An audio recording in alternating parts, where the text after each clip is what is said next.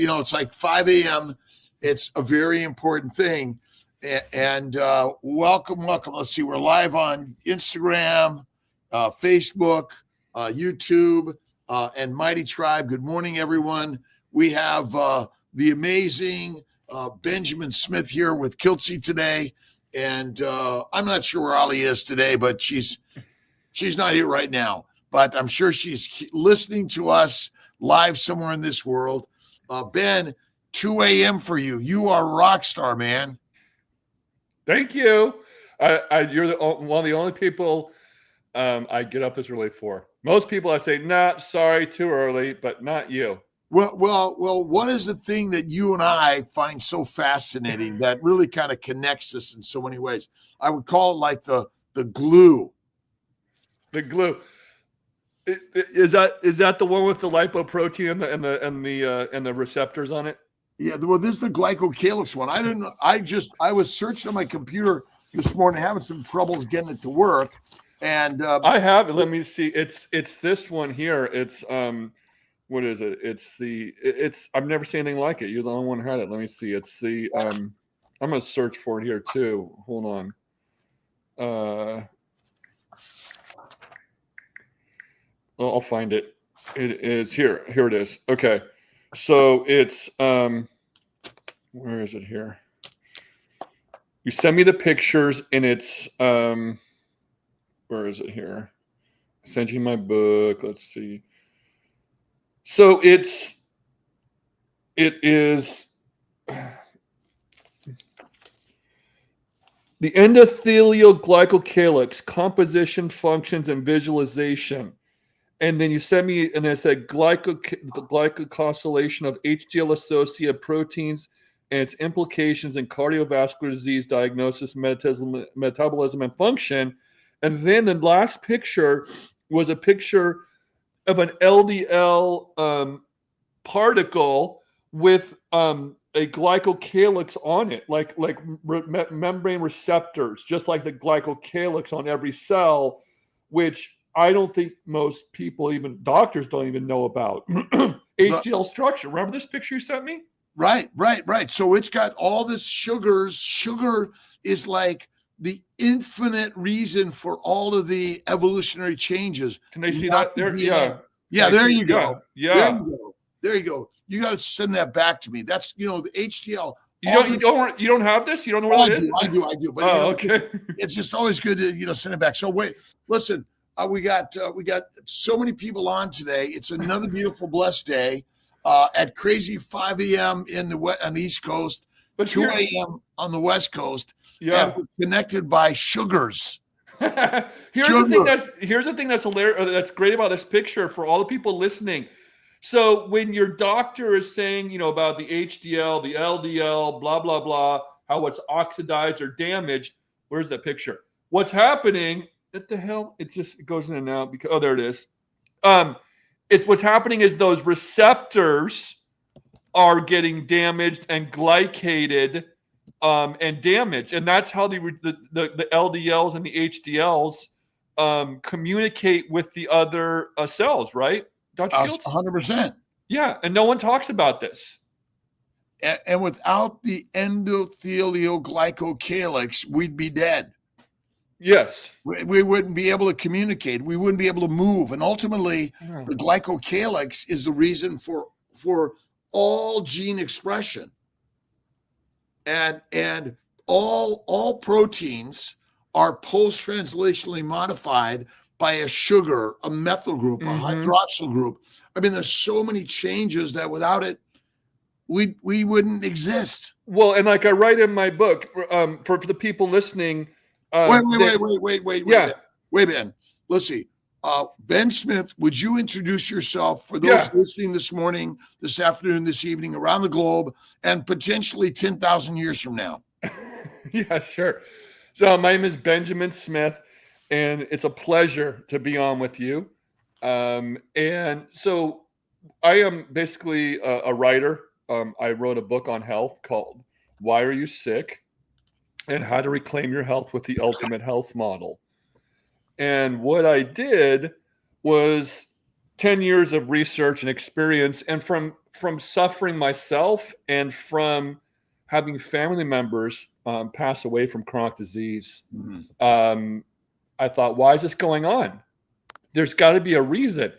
And the reasons that I came up with from traditional medicine or the mainstream, what did make sense to me. And I thought, okay, so if this is happening because of, genes, cancer is caused by genetic blah, blah, and diabetes is progressive and blah, blah, blah. I thought it doesn't make sense. And so I thought, okay, well, let's figure this out. And I thought I kind of worked my way backwards. And what I did was I thought, okay, if the body is perfect and all of us are perfect and the universe is perfect, then let's figure out why this is happening. And so I worked my way backwards from that position and go, okay, well then, it's caused by inflammation, chronic inflammation, immune system suppression, mitochondrial dysfunction, all these different things, oxidative cellular stress. And I put it all into a big diagram, a big model, a blueprint people could follow for their health. And so basically, do you want me to is this a complicated system? No. Wait. No. For everyone listening, you have an MD, PhD, dissertation you've been studying for like 40 years, and you're the eminent experts in the world. I was talking to Dave Mack yesterday, the day before. Oh, I love Dave. Yeah. Oh, Dave's amazing. We were talking about eminence and evidence. All right. So we've been trained by the Pope, the priest, the president, the professors, the physicians, and the parents, a sort of like a software system that is directed us in the wrong direction. Would you kind of say that's a really simple way to say it? Yes. And exactly right. And I think that this is so simple. It's beyond simple. You just use your head, use your common sense. And this is not rocket science. What type of things did you suffer from that would be so unusual for human beings? I suffered from asthma. I suffered from, I had some gut issues. I had some pain in my feet. I had hemorrhoids. I had different things. A lot was gut stuff, but and then I realized what all these things were coming from. They're all coming from the same thing: inflammation by our modern lifestyle. Period. And I think that's the plant. Is that the Plants Kill book? It is the Plants Kill book. Well, it's sort of like all other organisms are, focused on just being there and just sitting there nice and looking nice, but they don't have a life, right? Plants are live organisms that are sentient beings that know how to kill, control us. Our other book is Most Delicious Poison by Noah Whiteman. We're going to be talking to Noah in the coming week or two or three, something like that. Really excited. Oh, but one other announcement, Giulio, Giulio,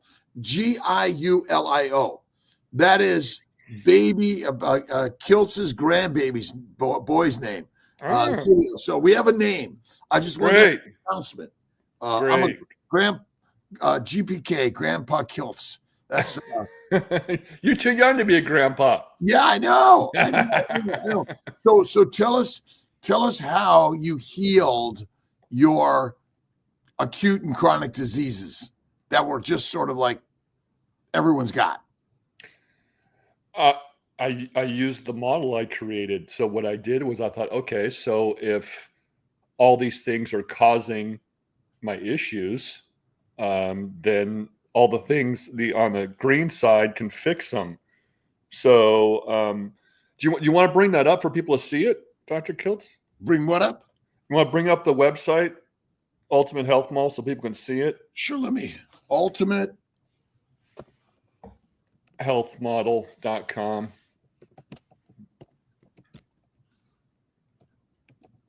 Let me see if I can get it. Hang on.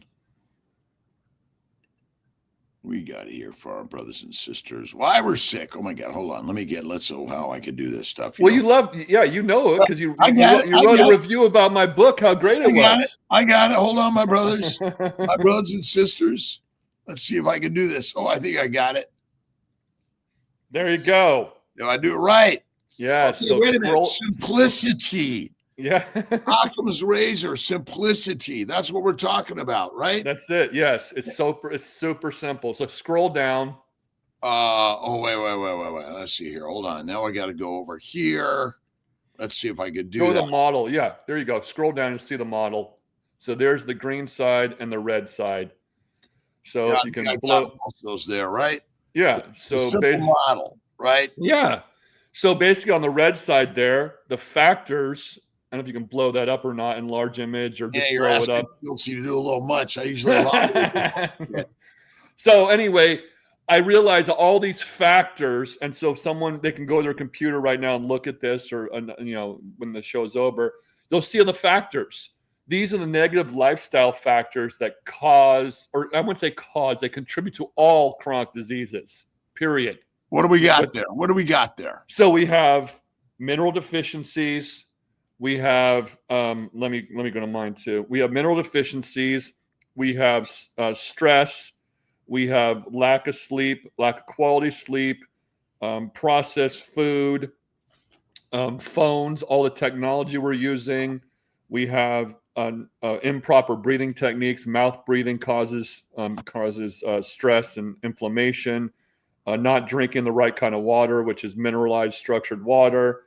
So let me go to mine too really quick. So all those things contribute to all chronic diseases. And then all the things on the green side, you get better from them. So let me go to mine here, and I'm gonna blow mine up and I want to say good morning, good afternoon, good evening around the globe to everyone. Instagram, YouTube, Facebook, Mighty Tribe. I appreciate the like, share, subscribe. Tell your stories. Make some comments. This is critical for all stories. Like Ben Smith. The stories around the globe, your story. What are you suffering from? What stressors? What environmental factors? What diet have you been sort of domesticated to consume that might be the major single factor that's causing all of our problems? And it's really critical because in order to heal humanity, and I'm like a follower of Carrie. Man in Homestead Out and Healing Humanity. I'm traveling the world to share his words and way and tell your story. So that's really critical. And that's Ben's book is sharing the stories. Is this unique to you only? No, absolutely not. This is everybody on the planet can benefit from this model because we all have these same negative lifestyle factors since, I want to say the beginning of time, because the beginning of time, we didn't have, the medications and the phones and these other things that are contributing to our poor health. So all these, so there you go. So all these lifestyle factors are contributing to your poor health. What doesn't matter what it is. So in that chronic disease box, all you do is put whatever problem you have. So if someone has arthritis, if they have gout, if they have Crohn's disease, if they have migraines, it does not matter what the condition is because they're all contributed to by the same poor lifestyle factors. Go ahead. Yeah, and so let's say someone's suffering from arthritis, and they go, okay, how do I get better? I've taken Rinvoq, I have all these things, and it get better for a little bit from these anti-inflammatory drugs, but I'm still suffering. You just put that in the top box on the right and you substitute chronic disease. And there's your blueprint for getting better from whatever chronic condition you have. And all you need to do is eat the meat. Stop eating the plants, which are evolutionarily deadly for humans. And I was watching a show yesterday on YouTube about the archaeologic, anthropologic findings in those that went from the the Paleolithic to the Neolithic. Mm-hmm. And by consuming a plant-rich diet, Mm-hmm. that's when all the diseases seem to show up. Yes, absolutely. And I think here's the thing though. The explosion of chronic disease, this is my hypothesis, is that it's from, obviously the plants have never been doing us any good ever. But the explosion of chronic... Whoa, wait a minute.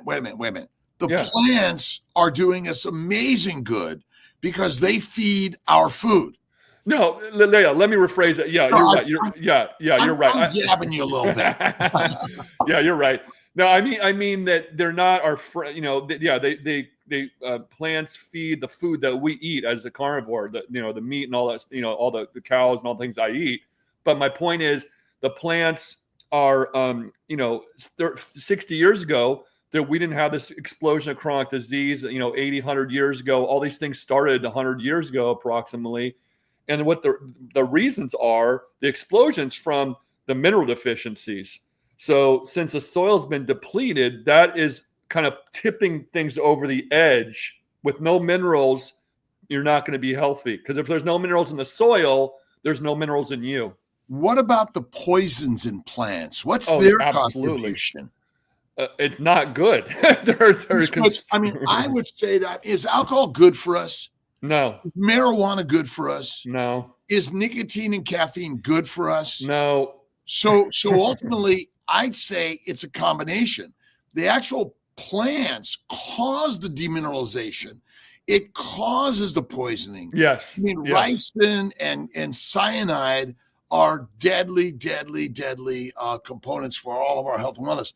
I want to make sure that we got so many people in the chat today. Papa Carnivore, Shaw Yar, Lewis, wow. Barbara, Narcissist Coach from Budapest. Rob Kiltz is in the shop today. This is my, I've got a pottery studio, a painting studio. I used to work in my garage repairing and rebuilding cars. Now I work in the podcast studio, which is great. And we're all beautiful people. And that's one of the things, whether you're a vegan, vegetarian, Mediterranean, pescatarian, or carnivorian, you're still a beautiful, amazing human being. Yeah, we're all in this together. And we're all in this together. So back to you're about the same plants. What I realized about plants as well is that, when you drink coffee and caffeine, or you eat a hot pepper or onions, when you drink caffeine, you get all jittery, your heart starts racing. That's not for fun. The plant is trying to harm you, and it can't kill you because you're not an insect. So it's just these common sense things that people don't really think about. Or the same with a hot pepper. You eat a hot pepper, the capsaicin is not your friend. It's not trying to, help you. You start sweating because it's an inflammatory reaction. And so that's, you're right. Plants are not, they don't want to be eaten. Just like you said, Dr. Kiltz, they don't want to be eaten, period. They do want you to eat them, just like the microbes want to get on and in you. Yeah. Because ultimately they insert their DNA messaging or they control post-translational modification of your proteins by adding their sugars, their glycans, which actually change the expression of your DNA. Yeah. And that you're right. And no, you're the only doctor. No one, most doctors don't know this stuff, and that I know of. And I think what you're saying is so profound, because that's so leaky gut. So like you said, when this post-translational or about the modification of the proteins, the plant, it's so smart. It's attaching to the glycocalyx on the cells, and then the body sees that, so it attaches to the sugars on the membrane, on the receptors, and then the body sees that as foreign, and then it starts to cause autoimmune conditions, which people. Why are you the only one that knows this stuff, Robert? No one else talks about this. It's amazing. Just real quick, because Amy's here from Brisket Boomers. Yeah. Amy's a type 1 diabetic that has been really experimenting with carnivore, the Lion's diet.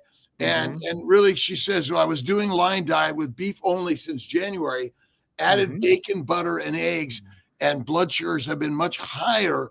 I need more insulin. Here's one thing I want everyone to realize. Insulin is not your enemy. It's actually your buddy, your friend, your companion to survival, because insulin's job is to make fat in the liver. That is it. Its job is not to lower and control sugars. It's to make fat out of amino acids and sugars in the liver so you can survive without food for days, weeks, months, and even some organisms years. And Amy, if you ever want to get any more information on how to live a carnivore lifestyle, type 1 diabetic, Brisket Boomers and Amy is there. Thank you, Amy. Great. Yeah. Fantastic. So tell us a little bit about your dietary habits, my brother. That's it. Just what Brisket Boomer said. Yeah. That's all you need. It's beef, butter, bacon, eggs. And to be honest, I do eat a little avocado because I just like it. I'm not strict carnivore, but so I do eat a couple things. And I would say, do you drive a car? Yeah. You ever been in an airplane? Yes. You ever walked across the street? Yeah. Right. So those are dangerous things, right? Mm-hmm. And ultimately, I would say that small amounts infrequently of a plant is not likely your killer most of the time. And recognizing that we are omnivores, the reason insulin is so amazingly helpful and powerful in your liver, because you can convert plants into fat in order to survive and thrive. Absolutely. Yeah. And I think that the fruits are a little different. You might have a different take on this, but as they say, fruits, the plant wants you to eat their fruit. And they say that fruits are less toxic than other plants and vegetables, stuff like that. And avocado is a fruit. So, the theory behind that, I believe, I don't know if that's correct or not. I think it probably is, because we had berries and berries a million years ago. So I don't believe fruit's horribly bad unless you're diabetic, possibly. Well, I agree with you. Yeah. Okay, so the plants we eat are likely the less toxic because those that ate them originally, the ones that we're not eating, are dead. Probably quicker. My daughter would die to a raw banana, but a cooked banana is not the same. The same with an avocado. So ultimately, each of us may have some sensitivities to some things. It's usually not ribeye steak, though. No, it's usually going to be from a plant, and plants are less toxic when they're processed, ground, fermented, cooked, soaked, where animals are better raw. Any comments? Yeah, I raw meat is probably better. I've heard other people say that some nutrients are more bioavailable when the meat is cooked. I think that is up for debate. I either think way, it's opposite, actually. You think it's raw? Yeah, it's better for you. Raw, as you said, I think is the best. So keep going. Yeah, but like I said, I've read studies and heard people say that when you cook the meat, it makes some things more bioavailable. Bart K says that cooking. I love Bart K. People listening to this probably know about Bart K online, but he says that cooking the meat, is not really that detrimental to it. I don't know. You're saying the raw's better. I look at Pottinger's cats, and when you heat something up, what does it do to its molecular structure?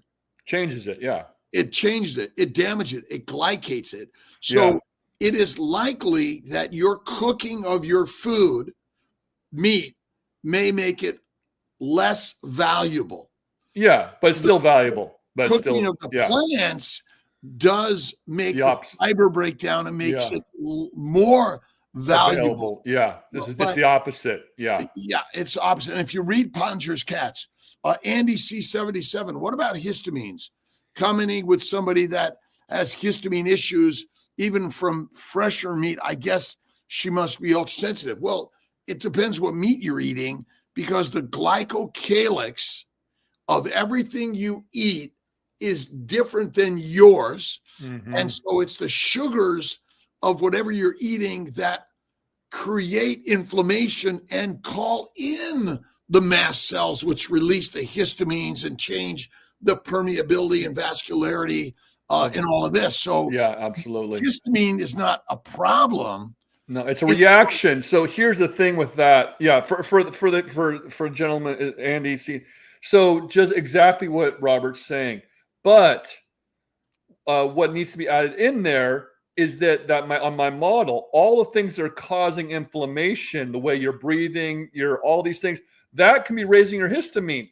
Your toothpaste, all man-made chemicals cause chronic inflammation, whether it's your toothpaste, your Colgate, whatever it might be, is causing inflammation. So it's everything is connected. So you got to look at that thing. I really suggest you get the book, or you look at my model. If you have questions, you can contact me. But yeah, the model. It's the ultimate health model, because I created it. But I think without stress, we'd sit around and do nothing. You're right. And stress is critical and good in life. Hardship is good. Problems are good. Yes. And without them, you with balance. Yeah, with balance. So when you're saying that, there's something called adaptive stress and chronic stress. Yeah, that's adaptive stress, what you're doing there. Yeah, so adaptive stress and acute stress is beneficial, but the chronic stress is not.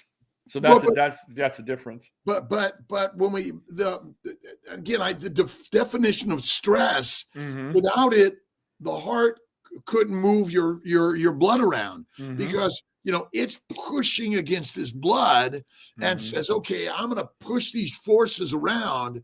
And so these things are critical.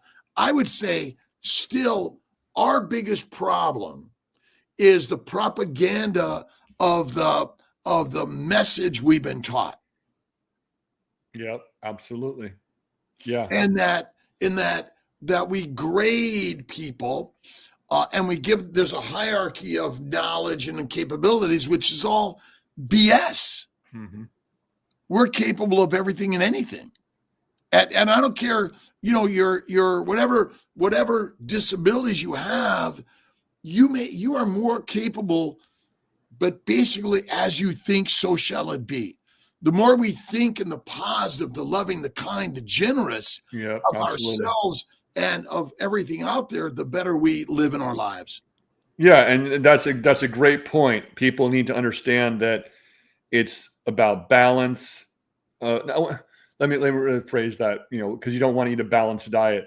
It's about doing things that our ancestors did, and living a more ancestral type of life where we take care of each other, we love each other, and we go back to a more ancestral way of living. Unbalanced. I would say unbalanced is actually better for you rather than balance. Well, it depends on what you're talking about. Well, I'm talking about everything, because ultimately, in order to walk, you must put yourself forward in an unbalanced position. But now you got to move something to help you from falling. So ultimately, this idea of balance means you're kind of not moving, but you must unbalance yourself in order to move. And the same thing with your life stressors, which are there in order to help you grow and evolve. Yeah. I mean, without the soil holding that seed down, and it's got to have some forces to push against in order for the beauty of what we see in that beautiful a mustard seed, which ultimately is within each and every one of us. Yeah, absolutely. And I think that also, so when you're talking about balance, things not being in balance, I was talking more about homeostasis. That's different. Yeah. So But ultimately, again, this is a good conversation, because let's say, oh, I'm never hungry. Mm-hmm. Would that be a good thing? No. I mean, your body, your senses must find hunger. That means some stressors of something is sort of flipping the switches, kind of back and forth. Yeah. And I'm just suggesting, as we change our language, we change our lives. And that's so important. Yeah. And ultimately, we're telling a story. Wouldn't you say this is more of a story than anything? Yeah, we all have our own story, and we all have our ways of dealing with our own story. And people need to, especially people in this tribe who are very educated and know these things, tell their friends, hey, you got to listen to the live stream. You got to do this, that, and the other, so we can all come together to heal and have a better planet. And I think that it's all about our different stories, but use your common sense and use critical thinking skills. Well, I think your critical thinking skills is actually critique and criticize and think differently, because remember, your brain has been pre-programmed. Yeah. So your thinking skills have been derailed because the propaganda of the Pope, the priest, the president, the eminence, and then they're convincing you that the evidence.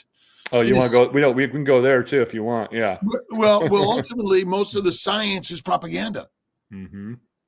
I would say most science is BS. Well, especially and Bart Kay said this: nutrition science isn't science. It's all flawed because of you cannot conduct a study in nutrition and control for all the factors. And so when I realized that, when I was writing my book and doing my research, it changed everything about what I eat, what I do. And anytime I saw an article saying this causes this problem or eggs cause heart disease, I'm like, this is ridiculous, because just like you said, Robert, that they can't control for these things.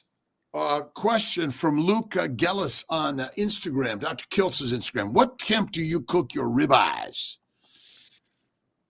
Basically, I take them out of the fridge or the freezer and I make them black and blue, or eat them raw and rare. And if they're cold and wet and drippy and red in the center, that's the very best way to cook it. Would you agree? Yeah. Yeah. Medium rare or rare. Absolutely. Yeah. Just like you said, not well done. I go raw to black and blue. That's the best I do. So Alia's taking care of her kids, most important thing. And but she did stop in and commented. So we're praying and sending love to everyone. And we appreciate. Look, this is a community that our community is sharing your feelings, your thoughts, your ideas. The real biggie here is we're lions, not sheep. Yes. There's a C as a question. My mom is diabetic type 2 and joined me on keto carnivore.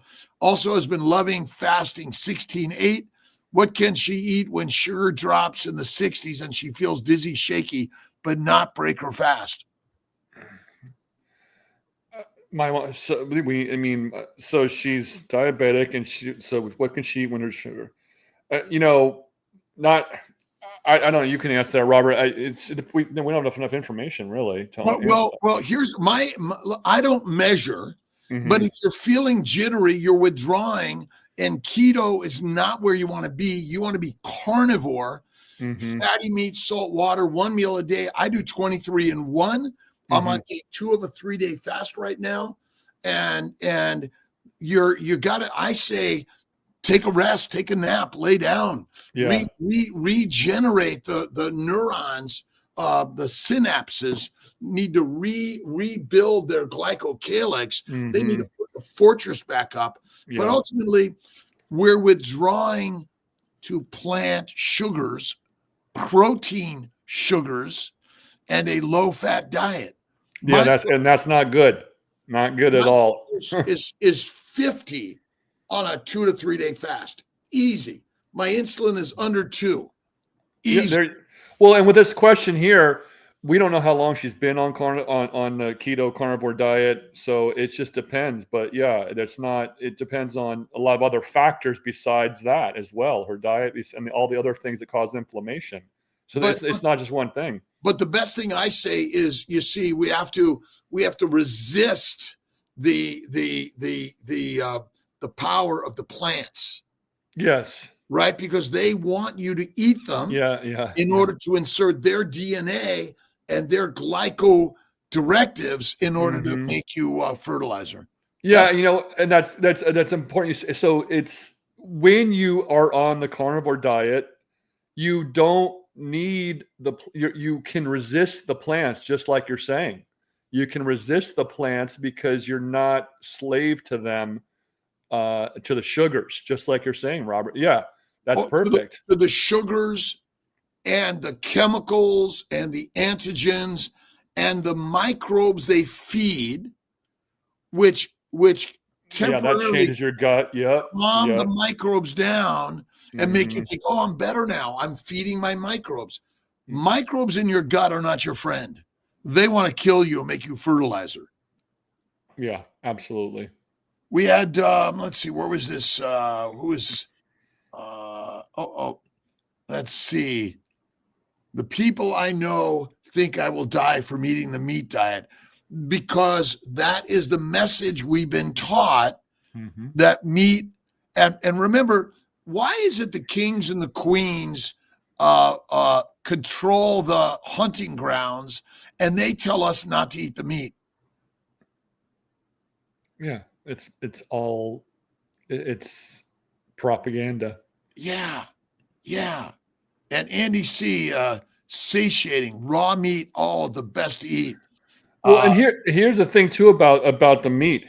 When people go from eating plants to eating meat, one of my friends was vegan for 6 years and he started eating meat again, and he's like, this is the best thing ever. It's because we all are evolutionary designed to eat this way.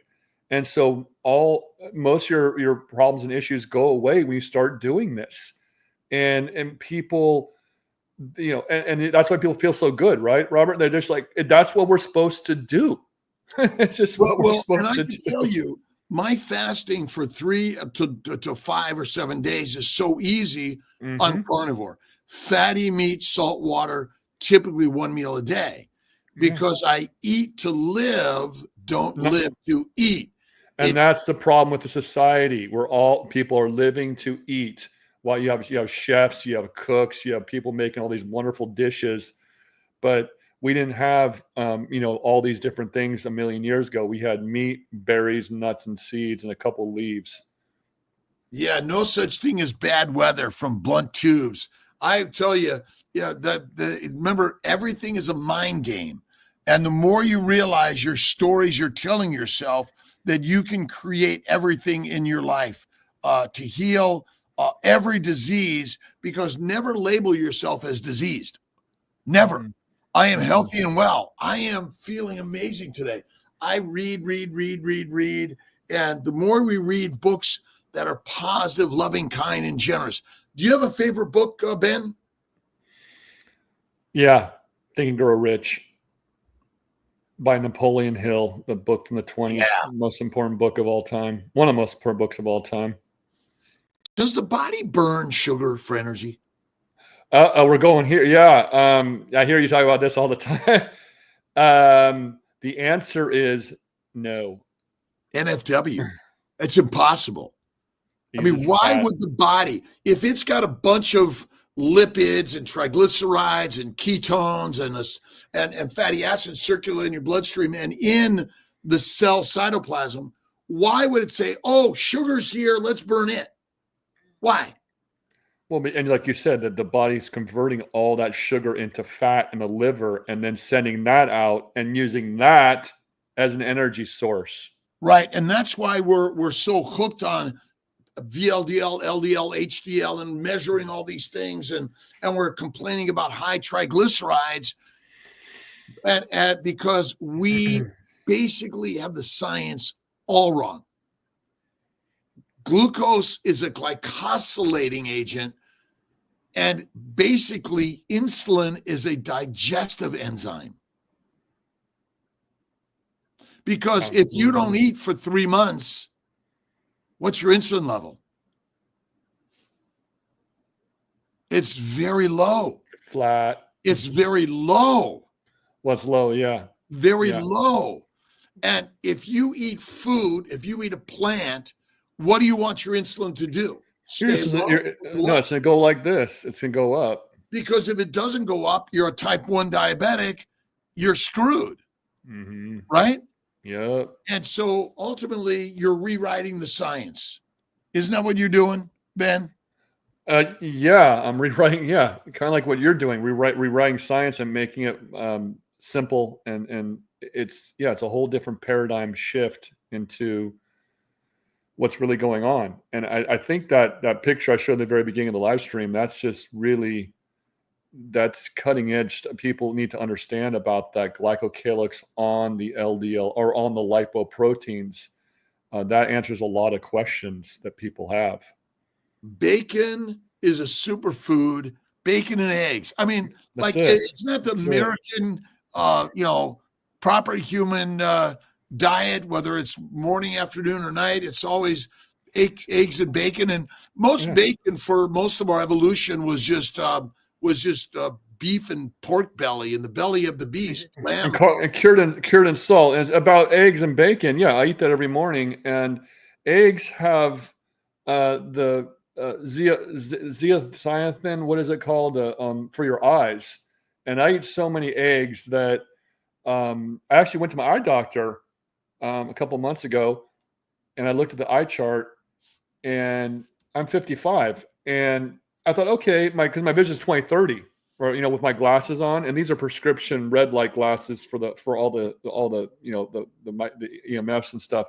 But I went there and I looked at the chart and I go, so what is that? What's the is it 20/30? They go, no, it's 20/15, Robert. My vision improved. Yeah, mine too. I don't have to wear glasses up close, and I'm 55. I'm it's amazing. Hormesis Rules by Cynthia Smith mentioned this. Cold showers, fasting, rucking at 68 to keep healthy. Good read, The Comfort Crisis. We all been sort of given an environment of just so much comfort, which is deadly for humans, right? We need to be uncomfortable. We need to be unbalanced. We need to be challenged with stressors.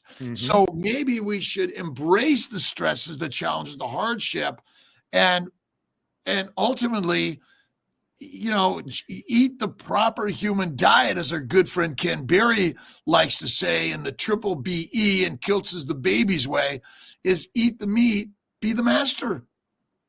Is that simple? It's that simple. Let's see. Jonathan Fay is in the house. Fatty meat rules. My friends say, what about your cholesterol? Dude, I say, yes, I have cholesterol, inflammation gone, no aches and pains, no RXs, no blood flow issues, yuck. It's the fatty meat, eggs, bacon, sea salt, that rule, and plant carbs are good to become fat because disease and short life. Yeah. All this, we've been lied to, because the plants are easy to capture and kill, and the animals are hard. Yep, absolutely. And he says, my friends say, what about cholesterol, dude? What people understand about cholesterol, besides the fact that it doesn't matter, that's the most important. Yeah, it's the most important thing for your health, because cholesterol is part of your cell membranes. It's part of the glycocalyx, the cell receptors. you have to have cholesterol. If you don't eat it, your body will make it. The other thing about cholesterol, which a lot of people don't understand, is that when they measure it, it's measuring a second in time. So your cholesterol is always changing, and it's never, it's always up. So when you measure it, so if I have 170 like LDL, who cares? Next, an hour later, it'll be 150 or 180 or who knows. Not to mention, it's only estimated. It's not even measured. It's only estimated. So it's really a useless measurement on its own. Well, is tobacco good for us? No. Okay, but the tobacco industry was selling cancer sticks and going up in front of Congress and saying, we don't know the cause of cancer, and tobacco and cigarettes are not bad for us. So do the tobacco industry control the food industry and the pharmaceutical industry today? I believe so. And isn't it in some way they're all in cahoots that basically, we want to make more money. We want to control the message and the markets. And that's the most important part. And ultimately the lies that we've been taught, and even doctors are responsible for this, because we're propagandized. The message is so powerful. Eat your fruits and vegetables. And basically the science, and we've been like lied to by cartoons.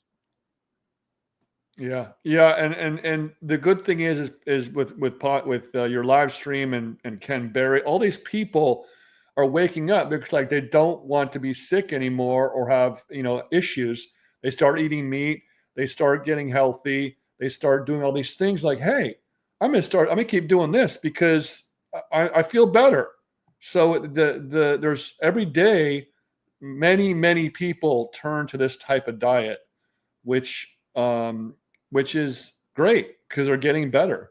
Well, and ultimately, fruit, fiber, vegetables, seeds, and nuts are highly poisonous, and lean meat, by the way.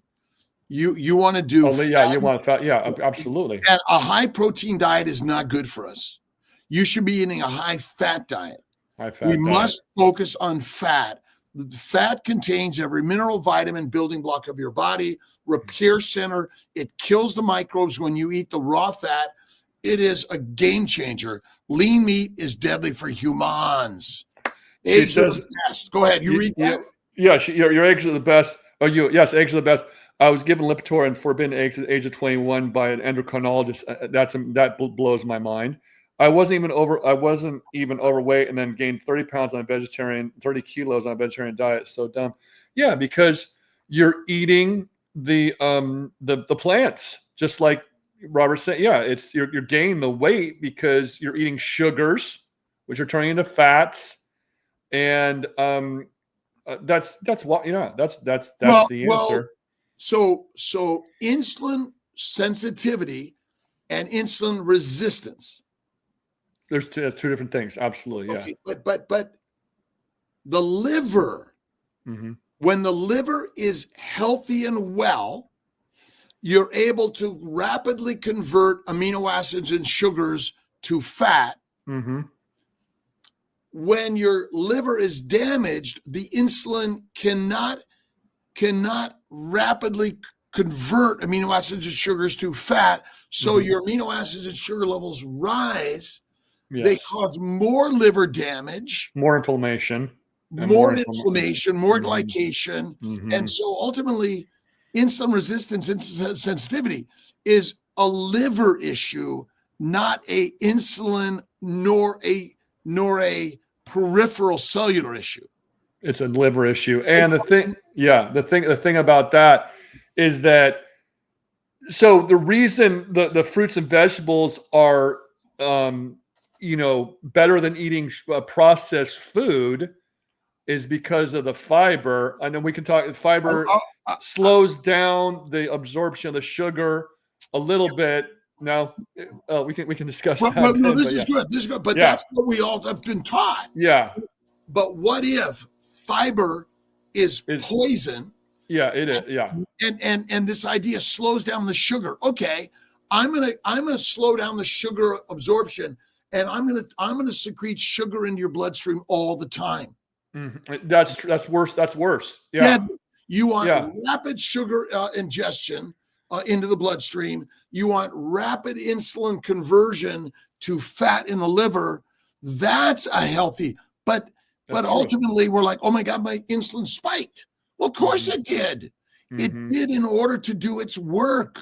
Yeah. And so I get it. Yeah. So what you're saying is that almost processed food's better for you than I am actually saying that. That's definitely outside the norm, and that because you want the insulin spike to go up and then come down instantly or as quick as you can when you have the fiber, and it slows the absorption of sugar. The sugar's constantly in the bloodstream and constantly affecting the liver, causing inflammation. Right, and if you think about it, if you really understand this, human beings exploded in our reproductive abilities because of plants, because they provided a tremendous amount of energy, right?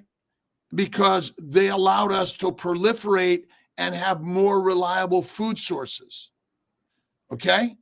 And so, but it came with a price, tremendous amount of diseases that we've been suffering since the Neolithic time, and the production of and the harnessing of plants and agriculture. And so when we were able to grind them up and process them, we were able to get more value from them. But if you simply ate grass and grains raw, you would be mightily poorly reproducing, in my opinion, which is our problem. Now, we're too good at what we do. We're too good at hunting, and then we developed our evolution of being herds people, where we controlled and domesticated the animals. But that also had some hardship because it introduced many other microbes that, ultimately, when we're in a large crowd, there's more contamination of microbes between us. We were in smaller bands, but we know that when two foreign bands come together, there's the risk of introducing many other bacteria, yeast, and viruses and other diseases. Even our evolution of our culinary ways of eating significantly damaged human beings. Yeah. So just like you're saying about the agricultural revolution, that was probably the worst thing ever for humans. It was the worst thing and the best thing at the same time. Because it provided the energy. Yeah. Easy energy. Yeah. I mean, let's just say that we were still just hunters and gatherers. We probably wouldn't be talking on these devices, I imagine. No. So yeah, that's true. Yeah. So all these things have benefits and drawbacks for sure. I mean, I will eat some French fries without the skin, double fried in duck grease, lard, or tallow from time to time, with the grease from my ribeye poured all over it, from Bighorn Mountain Farms in Wyoming, Wagyu. And then I'll dip it in either some duck grease mayonnaise or some sour cream. You're making me hungry. But because remember, a simple sugar eaten infrequently will rapidly go to your highly sensitive liver, which will then convert it to fat and keep your toxin levels lower, but not zero. Got it. Right? Yeah. Papa Carnivore, my grocery bill dropped significantly because I am not buying crap. Remember, more fiber, fruits and vegetables ends up as crap in your toilet because it's not digestible. Absolutely. Right? And let me say something about the fiber for people listening. People say that fiber is not necessary, and that's true. But here's the caveat on that: that when you are on a carnivore diet, your body's producing ketones, and the epithelial cells in the colon can use the ketones just as well as they can use the fiber. So when someone's on a really poor diet, and this I read this in my book, you have to be if you're in a processed food diet all the time, then the microbes are going to feed on, because all of us have the microbes, they're going to feed on three things: your mucosal lining, fiber, or ketones. So another reason to go to a carnivore diet is because ketones feed these epithelial cells. Well, that's the story we've been taught. And I just, again, like your cells are getting blood flow from all over their body, aren't they? Yeah. Name a cell that doesn't get blood flow. No, there is none. Yeah, absolutely. There is none. So why would it rely on anything from the colon when it's getting all its nutrients from the circulation? Yeah. So this anyway. that's out then. So this is stuff that's and I read this study, I don't know, a little while ago, but yeah, you're right. All these things have to be questioned. For sure. I mean, if I'm reading a scientific study, I'm usually going, Again, remember, someone's getting a PhD writing a science project. Yeah. Right. And if they don't publish, they perish. If you want to move up the ranks in whatever your academic institution is, or you want to have accolades that I've got 50,000 papers, you better publish. Mm-hmm. And you're going to publish what your institution pays you to publish. So I was looking for my paper on basically the graph that shows that when you eat no fiber, you're the healthiest. Yeah, I've seen that. You do not want to feed your microbes in your gut. You want to kill them, in my opinion. Yeah. And again, like, okay, I can go. I mean, there was one guy who went like 380 days without eating. What were his colonic cells fed by? Fat. Adipose tissue. Well, fats turn into ketones, so it feeds on the ketones. Well, either way, yeah. So here's what I think. Okay, so there's a fat. If you have no fat on your body and you don't eat, what's going to happen to you? You're going to die. You're going to die. We know that anorexic, bulimic, cachectics die. Okay, you have to have fat. Yeah, so you must have fat. So this idea that fat is bad is a lie. It's ridiculous. Yeah. Right. And fat. So if you don't eat for a month, are you going to lose muscle, bone, or fat? You're going to lose fat, obviously. Only fat. Yeah. You do not lose muscle. The body doesn't want to lose muscle unless it has to use it for something. Or protein. It has to convert the protein. Yeah. Well, it doesn't have to use it for anything, because if you have no fat, you will die. Yeah. Okay. Yeah, that's true. Your body cannot live with. If it has zero fat, you're dead. Yeah. Because remember, the liver's job is to make fat and store fat. Yeah. And so if suddenly you have no fat, well, you're probably dead when you get to some low percentage. Mm-hmm. And so fat is cleaved into a 2-carbon particle called acetyl-CoA, which is converted to beta-hydroxybutyrate acetoacetate. It's delivered to the cell, which is then converting it back to acetyl-CoA into the Krebs cycle to make ATP, CO2, and H2O. Mm-hmm. So ultimately, ketone bodies are only a transitional particle to go from fat to acetyl-CoA. A fat to acetyl-CoA back to acetyl-CoA. So fat to acetyl-CoA, then into the Krebs cycle, and then, so it's like it's a circle. Right. And ketone bodies, Mm-hmm. beta-hydroxybutyrate, acetoacetate, and acetone, are circulatory molecules Mm-hmm. that are able to be circulated because they're more water soluble versus fats, which don't circulate as well in our bloodstream. Well, let me ask you a question then. So the ketones are basically, it's like a helper, not a helper molecule. So what are you saying? The ketones assist the fat from going to acetyl-CoA, is what you're saying.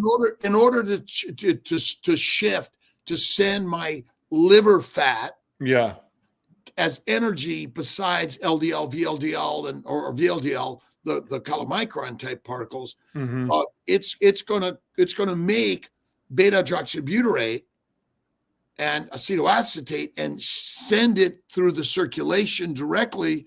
When it gets to the cell, to the mitochondria, it's then converted back to acetyl-CoA to enter the Krebs cycle. So it's just an intermediate particle that is always in your circulation. Okay.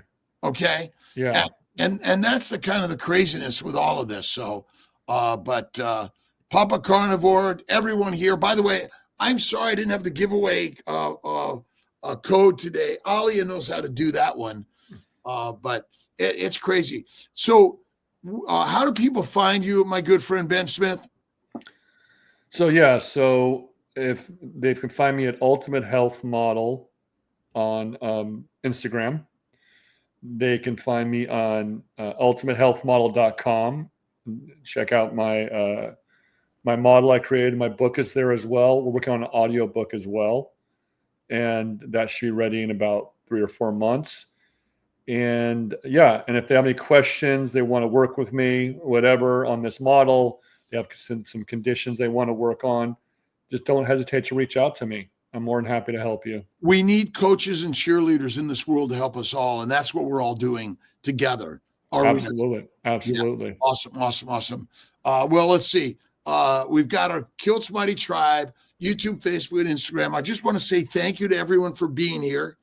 I'm going to be traveling over the next 5 days. I go to Mexico City to visit a autonomous robotic embryology lab. So I'm really excited about that. And we're working around the globe, helping each other. And ultimately, we used to travel by foot to our local tribes, right? Or by horseback. Now we could travel at the speed of light and share this information amazingly.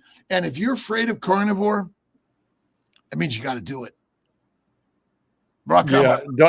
Don't look back. Once you and start slow, and you can change overnight. I wouldn't suggest that it took me, a year to go from you're one or the other. You're right. You can dip your feet in the water or jump in. It's up to you. Right on, because there's no harm, in my opinion, in jumping in. Fasting is lasting, and don't forget to have faith in God, everyone. All right, I'll see you. I don't know about my Sunday yet, but one way or another, I'll see you guys next week. I love you, everyone. Thank you. Thank you. Thanks, man. Appreciate you.